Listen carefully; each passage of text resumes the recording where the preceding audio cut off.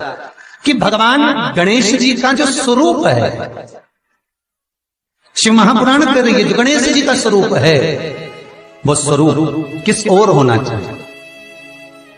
बहुत ध्यान से सुनिएगा, हमारा कथा ना छूटे आप। घर के दरवाजे पर अगर हम गणेश जी की मूर्ति, गणेश जी का फोटो, गणेश जी का टाइल्स बाहर की ओर लगा रहे हैं, तो जाते समय गणेश जी का जो पृष्ठभाग है, पीठ है, वो पीछे चाहिए।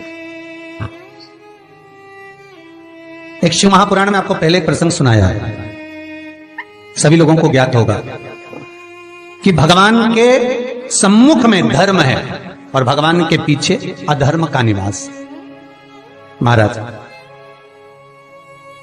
ये दुनिया के लोग जो भगवान की परिक्रमा करते हैं ना, जितने भी लोग भगवान का परिक्रमा करने जाते हैं, मंदिर जाते हैं, परिक्रमा करते हैं, ये लोग मंदिर में जाकर जब पीछे प्रणाम करते हैं तो कभी मौका मिले तो एक बार इनसे पूछना जरूर कि भैया आपने कोई शास्त्र, आपने कोई पुराण कभी पढ़ा है?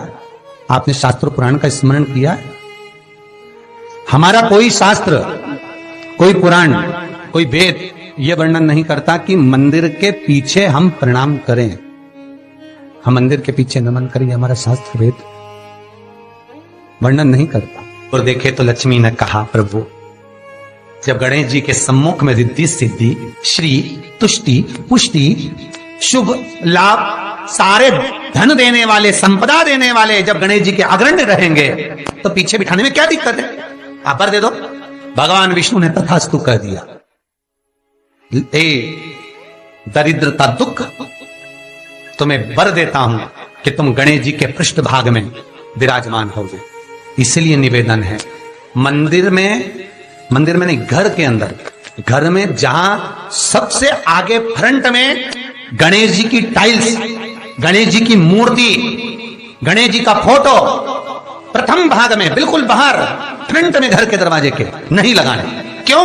जब जाओगे तो पृष्ठभाग गणेश जी का तुम्हारे जाते समय पड़ेगा। जीवन में दुख, तकलीफ, कष्ट आते ही रहेंगे। जीवन में कभी भी आप करोगे बहुत कुछ, फैक्ट्रियां भी खोल सकते हो, दुकान भी खोल सकते हो, कार्य भी बड़ा कर सकते हो, पर सफलता नहीं मिल सकती, सफलता नहीं। और यदि आपके घर में पहले से टाइल्स लगी है, मूर्ति लगी है गणेश जी की, हटा नहीं सकते, तो निवेदन है, एक फोटो गणेश जी का जब बाहर निकलो तो अपने, जब उधर फोटो लगाए तो एक फोटो बाहर जाते समय अंदर की ओर मुख करके लगा दीजिए, उससे वो दोष समाप्त हो जाता है। महाराज, वो दोष समाप्त। गणेश जी अगर लेकर आ रहे हैं तो बैठी हुई मूर्ति लेकर आए, और गणेश जी लाए मना नहीं है। गणेश जी जब लेकर आए तो घर में बिठाने के लिए ला रहे हैं तो राइट सूंड का गणेश लेकर आए, सीधी हाथ का। आपका सीधा हाथ देख लेना, उसी के हिसाब से गणेश जी को अपनी ओर रखकर, या गणेश जी का सीधा हस्त कमल देख लेना। आपका तो उल्टा मान्य होगा जब आप देखेंगे तो गणेश जी का जो सीधा हस्त कमल हो, उस साइड अगर गणेश जी की सूंड है तो वो सूंड का गणेश घर के अंदर विराजमान हो। उल्टी सूंड का गणेश, लेफ्ट सूंड का गणेश, ये गणेश व्यापार, व्यवसाय, फैक्ट्री, दुकान, बिजनेस, ऑफिस जगह पर विराजमान हो। बहुत ध्यान देना, उल्टी सूंड के गणेश बहुत कम बनते हैं।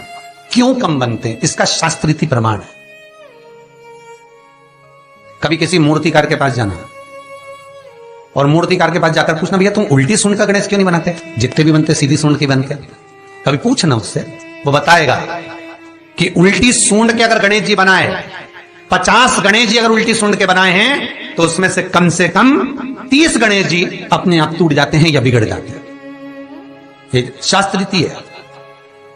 उल्टी सूंड का गणेश बहुत कम पक पाता है या मिट्टी का बन पाता। और यदि आपने अपने हाथों से भी उल्टी सूंड का गणेश मिट्टी का बनाया तो 10 दिन पूजन करोगे, 10 दिन के अंदर वो मूर्ति, वो सूंड, वो गणेश जी चटक जाएगा। उल्टी सूंड का गणेश टिकता ही नहीं है, वो बीच में से खंडित हो ही जाए।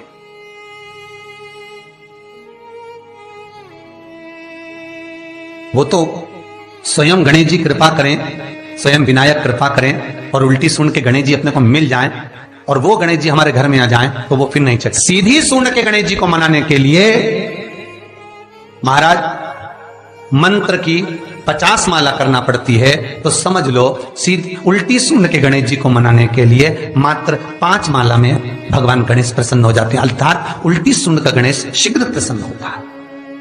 महाराज ब्रजमंडल में जब कभी जाओ, मथुरा के पास में वृंदावन से आगे लोहवन पड़ता है। कौन सा वन है? लोहवन। वृंदावन से कुछ थोड़ी दूरी पर लोहवन है। उस लोहवन में जाना, जैसे निकुंज वन में गए, भांडेर वन में गए, आप लोग कई बार दर्शन करने गए होंगे, तो लोहवन में जाना और लोहवन में जाकर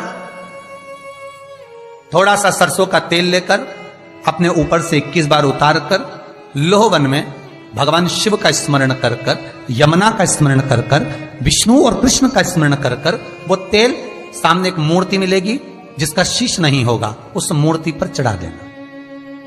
इसका भी चरित्र शिव महापुराण में आता है महाराज, इसका भी व्याख्यान आता है उस मूर्ति का है। लोहवन ब्रजमंडल में लोहवन का व्याख्यान स्कंद पुराण में भी है।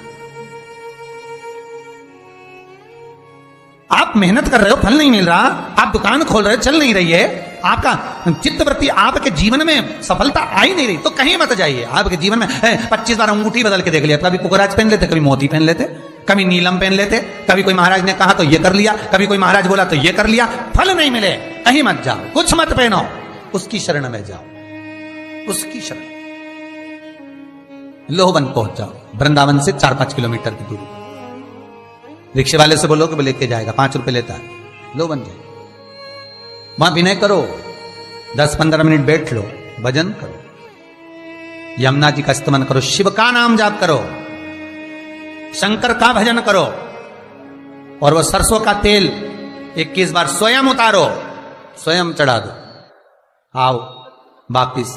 उसके बाद तुम किसी कार्य को करोगे तो सफलता जल्दी मिलेगी, काम अटकेंगे नहीं। ऐसे ही पंडित प्रदीप मिश्रा जी के उपाय जानने के लिए हमारे चैनल को सब्सक्राइब कीजिए और वीडियो को लाइक और शेयर जरूर कीजिए। लाखों। बहुत ध्यान देना, स्वप्न 2 तरह का होता है। एक स्वप्न में अगर आप बहुत खिलखिलाकर हंस रहे हो तो समझ लेना दूसरे दिन तुम्हें कुछ ना कुछ ऐसी खबर मिलेगी कि आंख में आंसू आएंगे। स्वप्न में आप अपने आप को अगर हंसता हुआ देख रहे हो, किसी को खिलखिलाता हंसता हुआ देख रहे हो, तो दूसरे दिन कुछ रोने की खबर मिलेगी, कोई दुख होगा, कष्ट होगा, तकलीफ होगा। और अगर स्वप्न में आप भगवान को मुस्कुराता हुआ देख रहे हो, स्वप्न में आप भगवान को हंसता हुआ देख रहे हो, तो जरूर तुम्हारे ऊपर कुछ भगवान की कृपा होने वाली है, जरूर कोई अच्छी खबर आने वाली है। दोनों के हंसने में अंतर है। सांसारिक मनुष्य स्वप्न में हंसता दिखे तो दुख मिलेगा, और भगवान हंसता हुआ दिखे तो सुख मिलेगा।